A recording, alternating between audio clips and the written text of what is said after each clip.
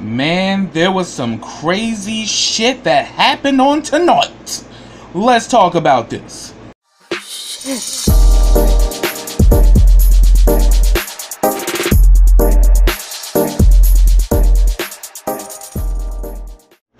Hey, what's up everybody? Welcome back to KRS TV. This is your boy Kenny, and this is the Haves and the Have-Nots Season 7 Episode 5. And the name of this episode is Power Struggle. And man, do we see a lot of power struggling going on through this entire episode. And shit is just crazy. So let me begin. The episode picked up where it left off, where, you know, Jeffrey had a red dot on his head. Madison immediately goes to panic and wrestles him to the ground, thinking that, yeah, somebody's trying to kill Jeffrey, and he pretty much knows who's behind this shit. And Madison is like literally panicking, saying that, look, we need to call the police, we need to do something. Damn Jeffrey ass is just goes right by the window, and he's like, it's Justin. So, cause Madison didn't even know whether it was his mom or Justin or whoever. So he told him it's Justin. He's like, and he doesn't have a gun. It's a laser pointer. And we literally see Glenn Close with the damn laser pointer just got the shit shown and just straight up. I'm like, yo, this shit is crazy. And Madison is panicking, and Jeffrey's like, oh, I'm gonna go out here and talk to him. And he's like, don't do this. He's like, well, I am. And I'm like, see, I'm getting to the point where I can't stand Jeffrey's ass. Jeffrey can go to hell as far as I'm concerned, because Jeffrey, you are willfully creating a hostile situation, you know, with your crazy toxic relationship with Justin, and now you're putting Madison in danger, and you don't fucking care. So he goes out there, starts talking to Justin. Justin's still giving him that good old shit talking that, because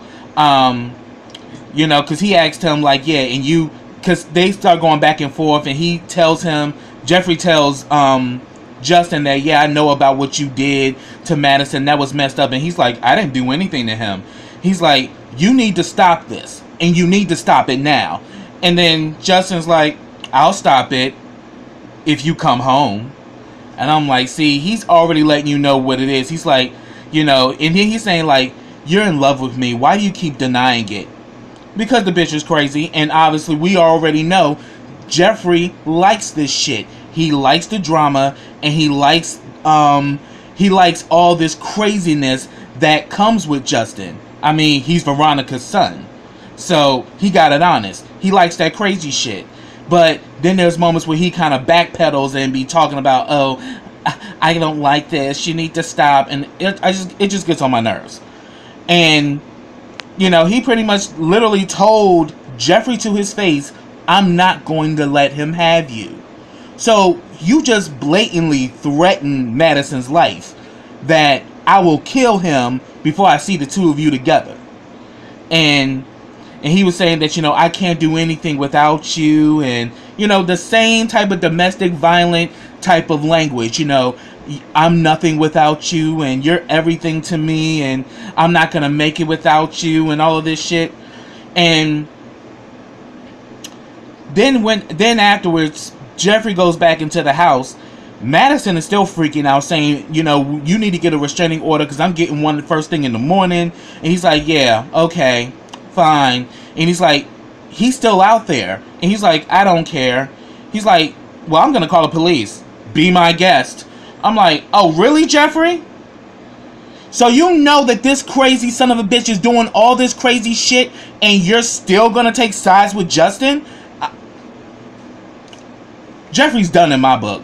Fuck Jeffrey. Fuck Jeffrey. Because, bruh, you are literally creating a situation where Madison could get hurt.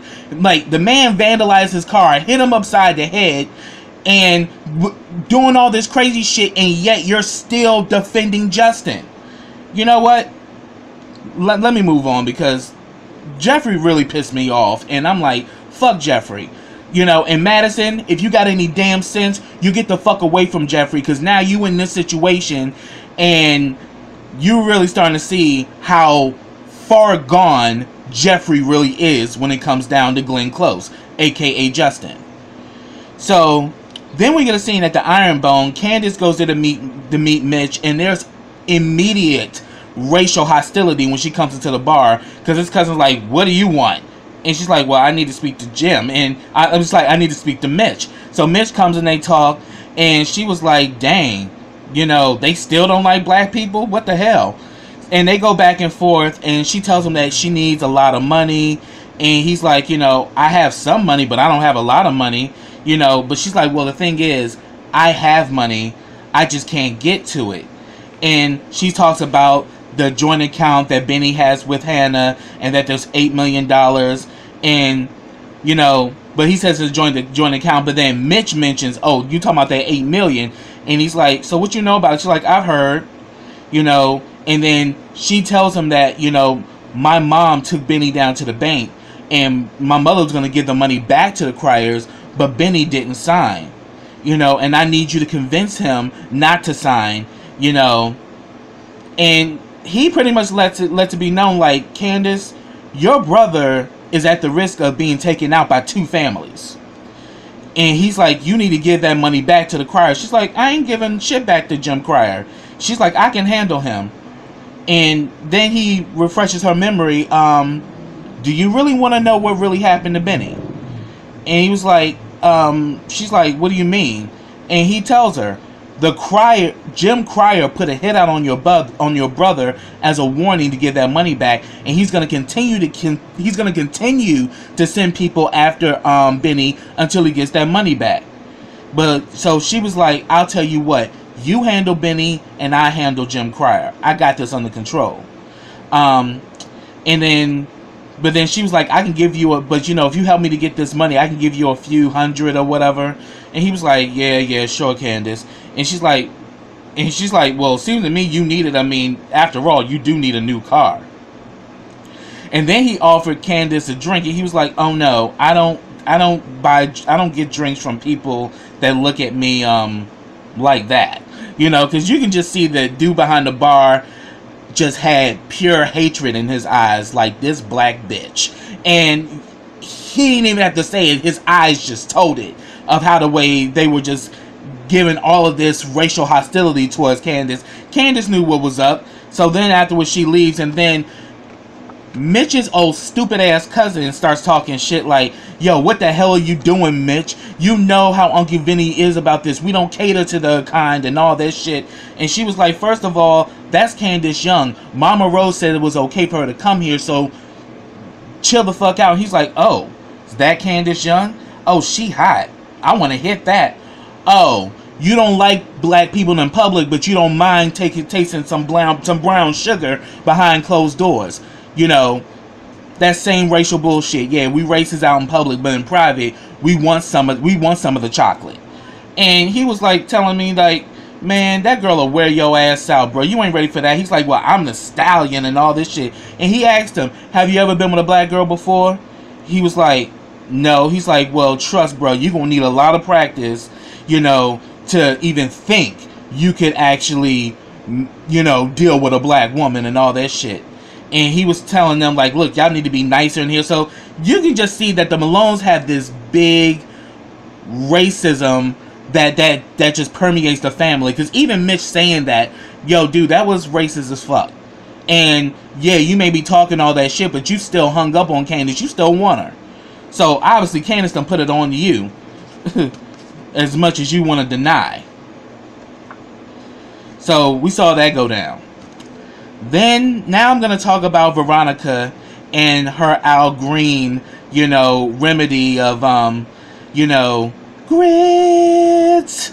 So, here it is. She grabs the grits and proceeds to march upstairs. She removes the covers and shit.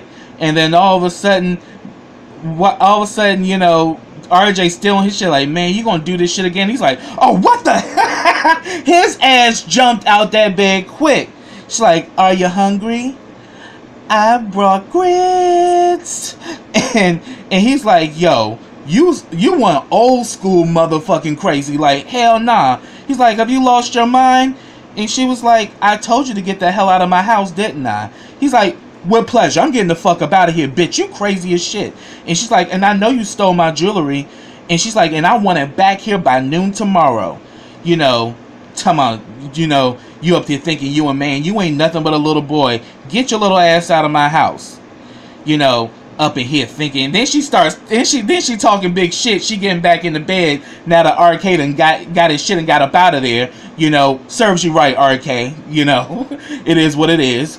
So then she gets in the bed and starts talking shit like, up in here thinking he a man, but up here got my sheets smelling like breast milk. You ain't nothing but a little boy. Get the fuck out of here. I'm Veronica Harrington. I'm Veronica. I'm like, Veronica is completely gone, and she does even more crazy shit, and I'm gonna get to that. So let's keep it moving. Then we see that Catherine meets up with Broderick at his place, and Broderick lives in the hood, and you can just tell, you know, he lives in the slums. And, you know, so we see Catherine done went all the way to the hood to get her some of that Broderick meat. She gets up in there, you know, they go back and forth and everything, and she tells him that this place is kind of underwhelming, you know, aren't you making money at the hotel or whatever? You know, do you have a drug problem or something? Because why is it that you work at the Artesian and you live here? And he was like, look, I actually send money back home, you know, to my family. But then she asked, did you shut down the operation? And he was like, yeah. And then she's like, you know, can I get you a drink? Oh, tell me why the hell this food boss, you know, has some Velikov vodka, you know, some non-brand shit, and poured it into 2 red plastic cups like you be getting at them picnics. Like serving her a drink in some red plastic cups. I'm like, that's hood. That is hood boots. And she was like, man, you know, if you really play your cards right. But then she had told him, oh no, I can't drink out of that. I'm good. I can do without the drink. Like, was just very condescending like shit. And then was like, you know, if you play your cards right, I can keep you. You know, I'll put you up in a house, you know, give you like an allowance. And he was like, well, what will I have to do?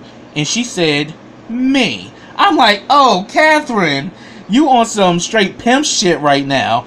But then again, it's kind of not pimping. It's kind of sad because you paying this dude to have sex with you. But then he even kind of admit he likes the little sexual thing that they got going on.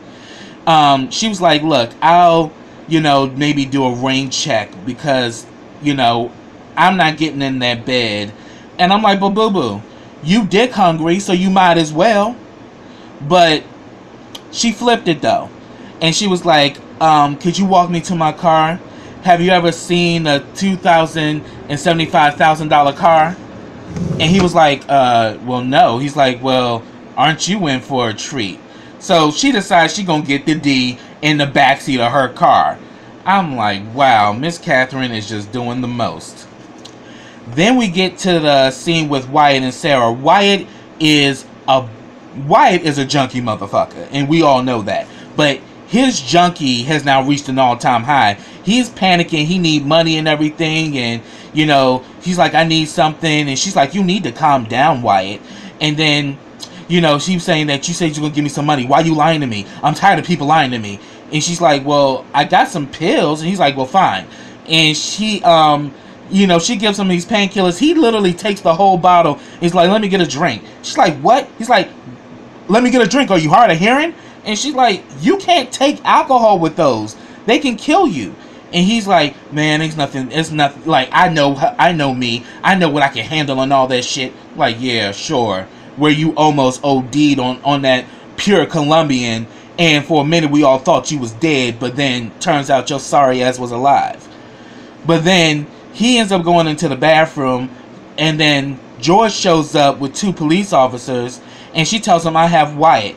And he was like, well, do you have the evidence? And she was like, no, but I got Wyatt. And all of a sudden Wyatt comes out and she pretty much says that, look, I can't force him to testify. You know, but and then like he begins to be like, yeah, arrest her ass because she obviously ain't doing what she's supposed to do. And I'm like, George is really starting to piss me off. He is really fucking cocky and arrogant. And he just literally was like, well, arrest her ass. And she's like, why don't you arrest him? She's like, I can't arrest him and make him testify. What you arrest him on? She's like, well, she decides to, you know, let it be known that he got drugs on him. And he's like, man, I'm looking for some drugs. What you mean? They pull his pockets and there's some cocaine in it. And he was like, you mean to tell me I had drugs in my pocket the whole time? You planted this shit on me, didn't you, bitch? And then he was literally about to do the drugs right in front of George. And George is like, you know, what the hell are you doing, Wyatt? I'm the DA. He's like, I don't give a damn if you the DA, the BA, the CA, or whatever fucking A. I'm getting my shit. So they arrest Wyatt. And they was gonna arrest Sarah too, but Sarah's like, oh no, just give me a day. I'll get everything. And then he was like, yeah, I'll give you one more day, and that's all you get. And then Miss Sarah decides that, oh, she gonna try to throw it up on George, just like she was doing the gym. And George was like, what the hell are you doing? I'm like, she used to throw in that hot pocket. What are you gonna pick? Not your ass, Sarah. So Sarah got dismissed. And then later on, we see that Jim comes up in there and hems her ass up. And he's like, so you took my son? She's like, I didn't even know he was in my car. True, you didn't, but once you found out, you could have called Jim about it. But you didn't do that shit because you was going to use Wyatt to take them down. So Jim plays a little roughhouse with her and shit. You know, starts choking her out and everything. And she's like, I can't breathe. He's like, I know you can't breathe. But he lets her know that you're a dead woman. There is no way out of this. Your ass is dead. And then he walks out and then she breaks down crying. I'm like, serves you right, Sarah. That's what happens when you roll around with the devil, bitch. So then we get the scene that really had me tripping the fuck out. And I'm already going to say that there's going to be a change in Charles and Landon's relationship now that this whole thing went down. So Charles is there meeting with his committee. They're going over, you know, his itinerary. And they also said that, you know, you got a lot of great responses from going to the children's hospital. That was a good call, Landon. And then she was saying that we need to move the meeting up to, you know, to the White House to meet with the president, you know. But you need to bring a date because it is tradition. You know, the vice president, along with you, supposed to be there with your wives. And he was saying that, well, if you want me to be there with somebody or have a wife, then won't you dig her up, you know. But I can say that right now, I don't give a damn what the hell happens. You know, I'm going to go there by myself and the hell with tradition. I don't give a shit. So he was real snappy with them. And then he was like, you know what? Because he's still mad and he's still pissed. And then on top of it, he's not liking the fact that now his life belongs to the Oval. But this is what you signed up for, Charles. So he dismisses all of them except for Landon.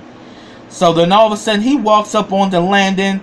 They looking dead at each other and shit. And then out of nowhere he just knocks the living shit out of Landon. And tells Landon, I don't know what the hell you was on last night. But let me let you know something. You ever pull some shit like that again, not only will I fire you, I'm gonna fuck you up. And I was like, ooh. And then he reaches his hand to pull him up like olive branch. And I feel so much better that I did that. Don't you feel good? Yeah, you should. I'm like, oh, really, Charles? Really, fool? First of all, Landon would not have even taken it that far if you didn't lead him on. Because let's be real, I didn't say this on the last episode because I really roasted the fuck out of Landon for doing all that nasty fuck shit that he be on. But then again, I didn't roast Charles. But tonight, Charles is getting roasted, you egotistical piece of shit. You practically led that boy on to think that something's gonna happen. You knew he was gay and you've been playing this game. And now I'm thinking he's gonna really start being very toxic and very, very somewhat bullyish towards Landon. So Landon don't even know what the fuck he signed up for. He is literally gonna be bullying you and he's gonna be messing with your head. And now that he know this shit, he got an angle and he's gonna use that shit against you. So I just peeped that shit and I was like, oh, Charles is an evil bastard. So we're really seeing how much of a bully and how much of a you know, masochist he really is. So I'm like, oh, we really going down this road now.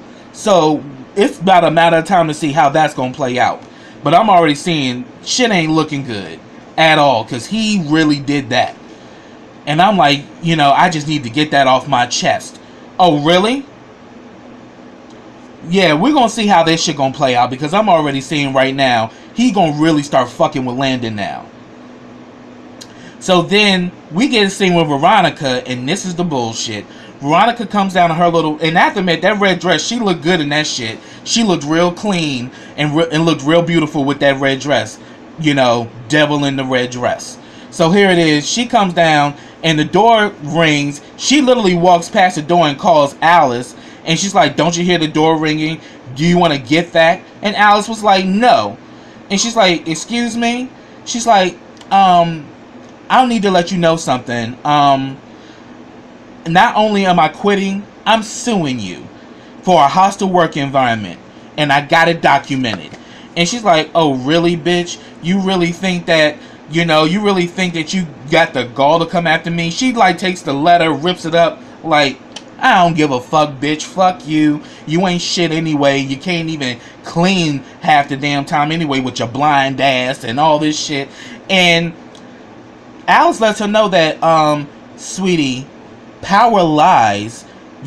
See, people who are in power don't realize that an underling can take you down.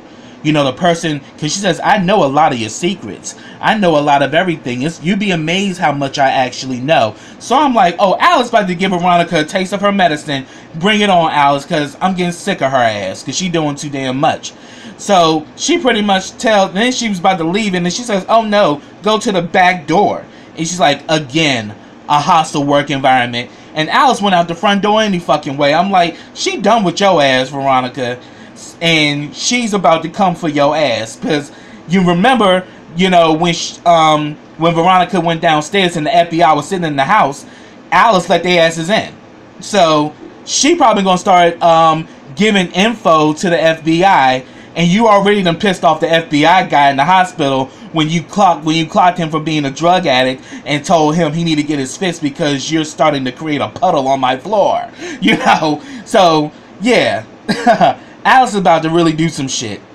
So then after that, the lady from the organization that deals with foster children, she shows up and immediately she puts on the big face and she brings over this pretty girl named Karen, who's a white girl. And and the lady's like giving her song and dance, like, we are so grateful that you're gonna actually take this girl in and help her to go to college and all these things. Like, she's one of our best, and I think she's gonna and then she's like, oh yes, and you'll be she's a great candidate for what we're trying to do. And the girl was like, yes, you have a beautiful home. And she's like, well, that's nice, because you're never gonna see it again. And then this is when this damn evil bitch starts talking all this craziness about, I wanted a black girl, a girl that looks like me, not Becky with the bad hair. I'm like, no, you not. And she's like, excuse me? She's like, well, I don't look at race yet, but I do, honey. I want a black girl. So you can take Becky with the bad hair back, because I have no needs for her. I don't want her. And the girl really looked brokenhearted. And I'm like, you evil whore. Like, you literally are just downgrading this girl for no reason. But then the lady was kind of offended too. And she was like, you know what? We might just have to disqualify you from our organization. And she's like, yes. And I will disqualify that check. And she's like, look, we really need the money. These girls need help. She's like, fine. So since you need help, do what the fuck I asked you and bring me back a black girl. African American. A Negro girl. So you can take, Becky and get the hell up out of here. She's like, her name is Karen. She's like, all of them are Becky to me. I'm like, oh, see, Veronica is just doing the most. And there's a whole bunch of detonators. They're gonna come her fucking way. We just gotta keep fucking watching. So then, back at David's house, we see that David is now able to dress himself, so he's getting better. Him and Madison have a conversation, and he, asks him about Jeffrey. Are you two getting along? And that damn Madison drops the bomb about Justin. and that, you know, I think, you know, Jeffrey's in over his head when it comes down to that situation, and that he had a laser pointed at his head last night. And he said, tell my son to come see me. He's like, well, he's asleep right now, or whatever. He's like, but, he's saying, but you're not going to tell him that I told you this, are you? He was like, just get my son. And I'm like, see, Madison just in a bad situation. See, your ass should have stayed away when you had the chance, and now you in too deep, and you're really starting to see how crazy this situation really is. So I'm like, damn, Madison, you know, Jeffrey ain't worth all that. Let Jeffrey's ass go, because Jeffrey, you know, Jeffrey obviously don't give a damn that he's putting you in danger. So I would just say fuck Jeffrey altogether and be all about you. But after that, we see that David calls Jim, and he was like, you know, so Jim, what you up to? He's like, oh, I'm about to get into something. His ass is on his way to Sarah's house, as I mentioned earlier. And then he was like, you know, I need you to give a message to Benji. And he's like, oh, so this is who you want to use to get rid of our lady friend? Meaning Veronica. He's like, no, I want to use this on some punk who keeps bothering my son. So now they done put a hit out on motherfucking Justin, aka Glenn Close. And I'm like, Glenn Close, you've been doing a whole bunch of shenanigans. So yeah, they need to do something with that, because I'm gonna be real, I'm getting sick of this Justin and Jeffrey situation, because it's really giving me a migraine. I can't take it. Let's handle the bitch once and for all. So then, oh yeah, already talked about that. So then, back at the house with Hannah and Benny, Benny still talking his cash shit, you know. She's like, are you okay, baby? You want some breakfast? He's like, oh, so I gotta get stabbed now to get some breakfast? Yeah, but if that man was in here, you wouldn't have to do nothing. And I'm like, oh, really, Benny? She need to slap the shit out of Benny, because Benny is a disrespectful bastard. Like, he is so fucking disrespectful and so slick with his mouth. And I'm saying, I am waiting for Derek to check his ass, and to check him in a way that he's never been checked. Like, bruh, you ain't paying not one damn dime of rent up in that house. The house don't even belong to you, and you talking about something, well, I don't like him. I don't want him up in my house. Don't, like, because all of a sudden they heard the doorbell. She heard the doorbell, and she's like, man, if it's him, tell him to ask to go home. I don't want that fool up in my house. I'm like, dude, it ain't your house, bitch. Talking all this shit. I can't stand Benny with his dumb ass. So it turns out it's Mitch that's at the door, and she asks him, so she asks him, is your family still after Benny? He says no. You know, so she's like, so they took the money. He was like, yeah, they did. And I'm like, all that is somewhat true, but not true. Because, yeah, they called off the hit from now, because they know they got that $8 million. But if they don't get that interest, the hit gonna be back on. So he goes up there to talk to Mitch or whatever. And, you know, him and Benny go back and forth. And again, he tells Benny, that hit wasn't us, you know. And he was like, you got money from Jim Cryer?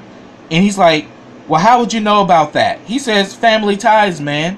Like, yeah, I know you got $8 million, and Jim Cryer put someone on you, and they're going to continue to do shit to you till you give up that money. You know, he wants his money, so you need to give him his money, you know, or he's going to continue to go after you. And then all of a sudden, you heard a voice, what did you say? And that's where the shit ended. I was like, oh, shit. Now Hannah knows that Jim is the reason why Wyatt got stabbed. Oh, it's about to go down now. So that's what I have, everybody. If I missed anything, put it down in the comments. I'd love to talk to you about it. But subscribe to my channel. Click that bell so you get notifications every time I drop a video. Also, follow me on all my social platforms. I have them all listed in the description box. Also, like this video, comment on this video, and share this video. And also later on today, I'm going to be reviewing the new show on BET, American Soul, which is about the life and times of Don Cornelius and Soul Train. So be on the lookout for that for that review as well. So until next time, everybody, take care.